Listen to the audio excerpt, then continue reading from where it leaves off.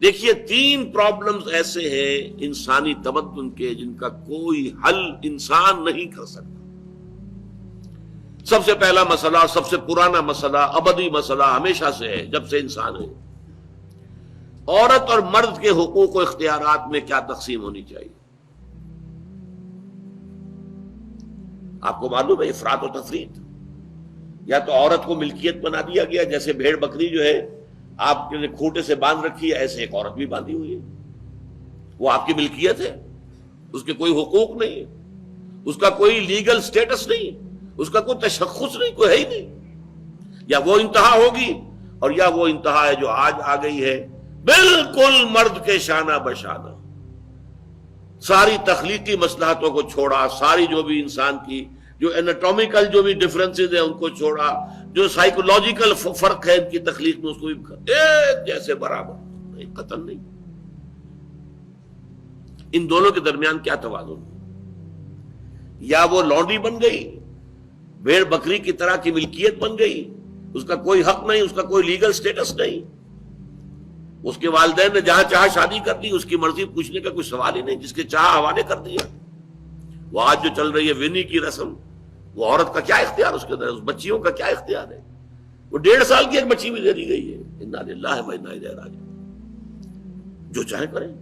یہ تو ایک انتہا ہے. دوسری انتہا بالکل برابر. نتیجہ کیا نکلا ہے؟ بالکل برابر میں خاندانی نظام برباد ہو گیا، اس لیے کہ ایک ادارے کے 2 سربراہ برابر اختیار والے نہیں ہو سکتے. کسی محکمے کے 2 ڈائریکٹر ہو سکتے ہیں، کسی فرم کے مینیجنگ ڈائریکٹر 2 ہو سکتے ہیں. ڈائریکٹر 10 بنا لیں آپ، مینیجنگ ڈائریکٹر 1 ہوگا.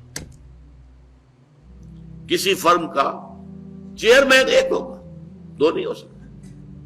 کسی بھی ادارے کی اگر 2 بنا دیں گے فساد ہوگا، جھگڑا ہوگا، ان دونوں کے درمیان رسا کشی ہوگی. یہی تو ہمارا سب سے بڑا مسئلہ بنا ہوا ہے. پاکستان کا مسئلہ کیا ہے؟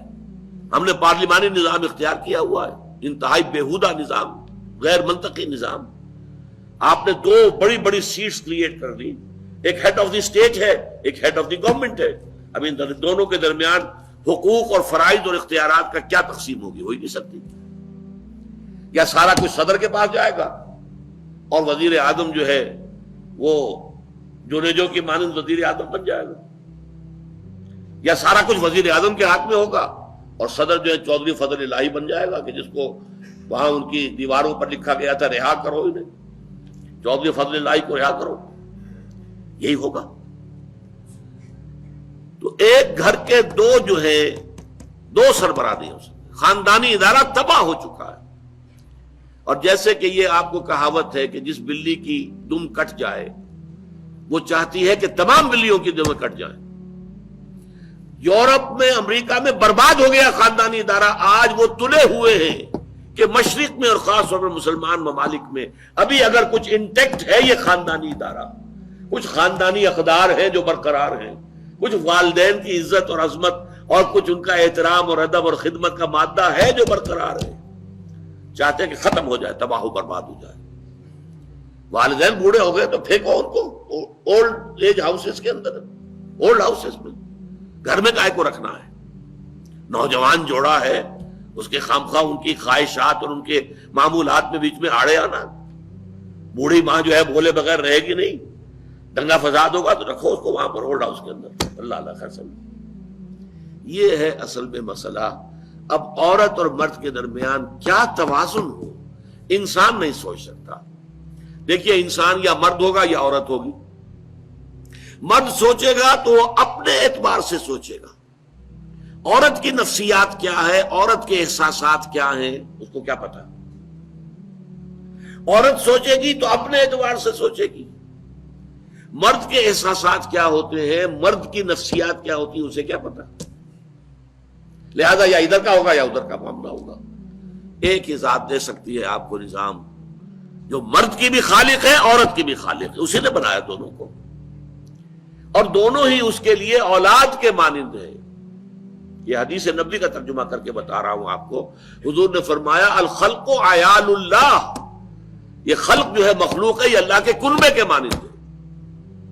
تو مرد بھی اللہ کے اس کنبے میں شامل ہے، عورتیں بھی شامل ہے. اس نے نظام دیا، شادی بیاہ کے یہ قوانین ہونے چاہیے، طلاق وغیرہ کا یہ مسئلہ ہونا چاہیے. یہ سارا ضابطہ جو دیا ہے وہ اس لیے دیا ہے کہ یہ انسان اپنے ذہن سے نہیں سوچ سکتا.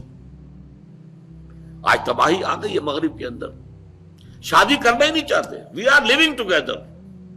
شادی کریں گے تو نتیجہ پتہ ہے کیا نکلتا ہے؟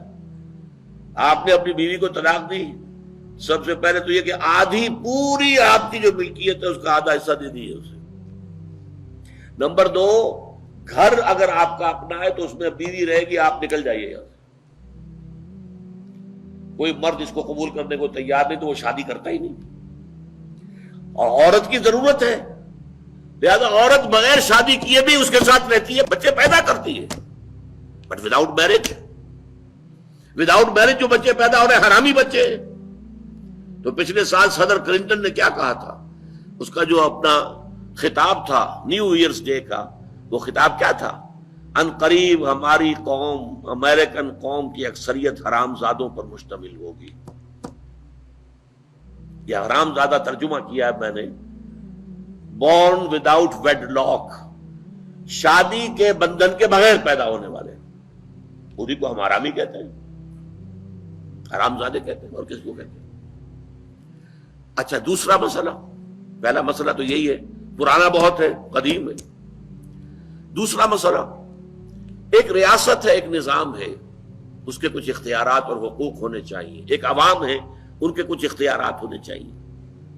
عوام چاہیں گے زیادہ سے زیادہ آزادی ہمیں ملے، ریاست چاہے گی زیادہ سے زیادہ اختیار ہمارے ہاتھ میں ہو. اب جو کچھ ہو رہا ہے ترمیمات کے ضمن میں کیا ہو رہا ہے؟ ایک طرف جو ہے مشرف صاحب چاہتے ہیں زیادہ سے زیادہ اور طویل سے طویل میرا دور اقتدار ہو اور اختیارات جو ہے میرے ہاتھ میں آ جائے، گھنٹہ گھر بن جاؤں میں فیصلہ بات کر. ساری کوشش ان کی ہے. اور یہ ARD وغیرہ کیا کر رہی ہے کہ نہیں، حقوق عوام کے ہاتھ میں آنے چاہیے. اب اس میں بھی توازن کیا ہو؟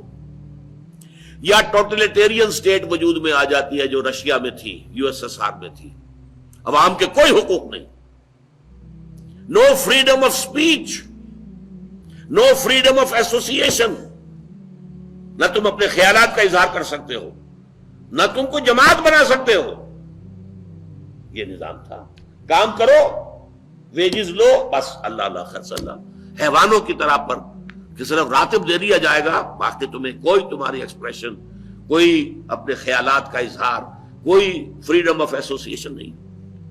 امریکہ دوسری انتہا پر، مادر پدر آزاد. 2 مرد شادی کرنا چاہتے کر لیں، ایک مرد بیوی ہو جائے گا اور ایک مرد شوہر ہو جائے گا. لیگلی قانون کے نزدیک ریکگنائزڈ ہوگا. ایک آزادی کی وہ انتہا ہے. گیز، ہومو سیکشولز، وہ وہاں جلوس نکالتے ہیں، بڑے ٹھاٹ سے نعرے لگاتے ہوئے گزرتے ہیں. وہ ہنستے ہیں، ہم لوگوں پر ہنستے ہیں، یہ پاگل لوگ ہیں یہ جو اس کو ہومو سیکشولیٹی کو بری شے سمجھتے ہیں. اور نیو یارک کا جو میئر ہے وہ لیڈ کرتا ہے پروفیشن. کیوں کرتا ہے؟ اسے اگلا بھی الیکشن لڑنا ہے اور گیز کے ووٹس بہت ہیں. اس سے اندازہ کیجئے کہ کتنی پرسنٹیج وہاں گیز کی ہو چکی ہے، ہومو سیکشولز. یہاں تک کہ طے کر دیا گیا ہے مذہبی میدان میں بھی گیز کو اجازت ہے، وہ پادری بن سکتے ہیں. گیز ہیں، ہومو سیکشولز ہیں، فطرت کے خلاف کام. کیا وہ آزادی ہے؟ تو کہاں ہے بیلنس؟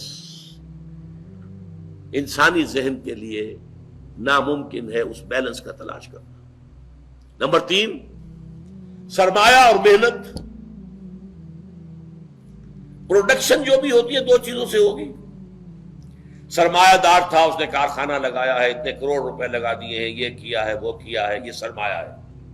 لیکن وہ کیا کر لے گا اکیلا؟ 10,000 آدمی کام کر رہا ہے، لیبر ہے. اب جو کچھ بھی بن رہا ہے، جو پروڈکٹ بن رہا ہے اور جو اس سے آمدنی ہو رہی ہے، اس میں دونوں کے حصہ ہے، لیبر کا بھی حصہ ہے اور سرمایہ کا بھی حصہ ہے. لیکن منافع میں کتنا حصہ سرمایہ کا ہوگا، کتنا لیبر کا ہوگا، کون طے کرے گا؟ یا تو سرمایہ داری بن جائے گی، سب میں تو آپ کو 10 روپے دے سکتا ہوں ڈیلی ویج، منظور ہے تو کام کیجئے ورنہ چاہیے دفع ہو جائے گی. اور بہت سے آپ کے بھائی موجود ہیں جو 10 روپے پر کام کرنے کے لیے تیار ہو جائیں گے. ساری دولت سمٹ کر جا رہی ہے کارخانے دار کے ہاتھ میں۔ کیپٹلزم، جو کیپٹل ہے، جو سرمایہ ہے، اصل جو ہے دولت اسی کی طرف، روپے کو روپیہ کھینچتا ہے، پیسے کو پیسہ کھینچتا ہے۔ لہذا امریکہ میں آپ کو ایسے لوگ مل جائیں گے جنہیں اپنی دولت کا اندازہ نہیں ہے کہ کتنی دولت ان کے پاس ہے، بلینز آف ڈالر کا ایک ایک چیک لکھ سکتے ہیں، اور یہودی ہے وہ۔ دوسری طرف امریکہ میں آپ کو گھیٹوز مل جائیں گے، گھیٹوز، اور ایک ہی جزیرہ ہے مینہٹن، وہ 11 میل لمبا ہے، چوڑائی کہیں 2-3 میل ہے، کہیں ذرا زیادہ ہے۔ اس کے ساؤتھ میں جہاں یہ 2 بڑی بلڈنگیں کھڑی تھی جو گرائی ہیں، جو بھی تھے دہشت گرد، یہاں پر یہ اس کا ریچسٹ حصہ ہے، پوری دنیا کی دولت یہاں جمع ہے، سارے بینک وہاں ہیں۔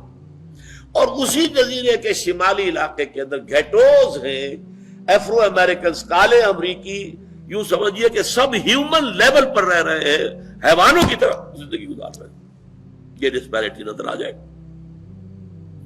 تو اب عدل و انصاف کی کیا شکل ہو؟ یا وہ ہے جو رشیا میں اور USSR میں تھا، یا یہ ہے جو امریکہ میں اور اس کے الائز کے اندر ہے۔ یہ ہے وہ مسئلہ جہاں انسان ہاتھ جوڑ کر، گھٹنے ٹیک کر اللہ سے دعا کرنے پر مجبور ہے، اے اللہ تو نے مجھے فطرت سلیمہ بخشی، اے اللہ تو نے مجھے عقل سلیم سے نوازا، اے اللہ میں نے تجھے پہچان لیا کہ کل شکر اور کل ثنا کا مستحق تو ہی ہے، اے اللہ میں نے تجھے پہچان لیا کہ تو تمام جہانوں کا پروردگار اور مالک ہے، اے اللہ میں نے تجھے پہچان لیا جزا و سزا کے دن کا مالک و مختار مطلق تو ہے، اے اللہ میں نے طے کر لیا ہے تیری ہی بندگی کرتا ہوں اور کروں گا، اور تو ہی سے مدد چاہتا رہوں گا، لیکن اے اللہ میں مجبور ہوں، میری عقل جو ہے میرا ساتھ نہیں دیتی، کروں کیا، چلوں کس راستے پر، کون سے راستے پر؟ یہ عملی حصہ ہے دین کا، وہ سارا تھا فکری، نظری، ایمانی حصہ، الحمدللہ رب العالمین الرحمن الرحیم مالک یوم الدین، یہ کیا ہے؟ یہ ایمانی، فکری، نظریاتی حصہ ہے۔ عملی حصہ کیا؟ اہدنا الصراط المستقیم، ہمیں سیدھے راستے کی ہدایت بخش، صراط الذین انعمت علیہم، راستہ ان کا جن پر تیرا انعام ہوا، تیرے پسندیدہ بندے جو ہوئے، غیر المغضوب علیہم، جو مغضوب علیہم نہیں ہوئے، ان پر تیرا غضب نہیں آیا، غصہ نہیں آیا، ولا الضالین، اور نہ ہی وہ سیدھے راستے سے بھٹکے۔ یہ ہے سورہ فاتحہ کا مقام۔ گویا کہ اصل میں یہاں پر قرآن مجید، اس کے اصل مخاطب کون ہے؟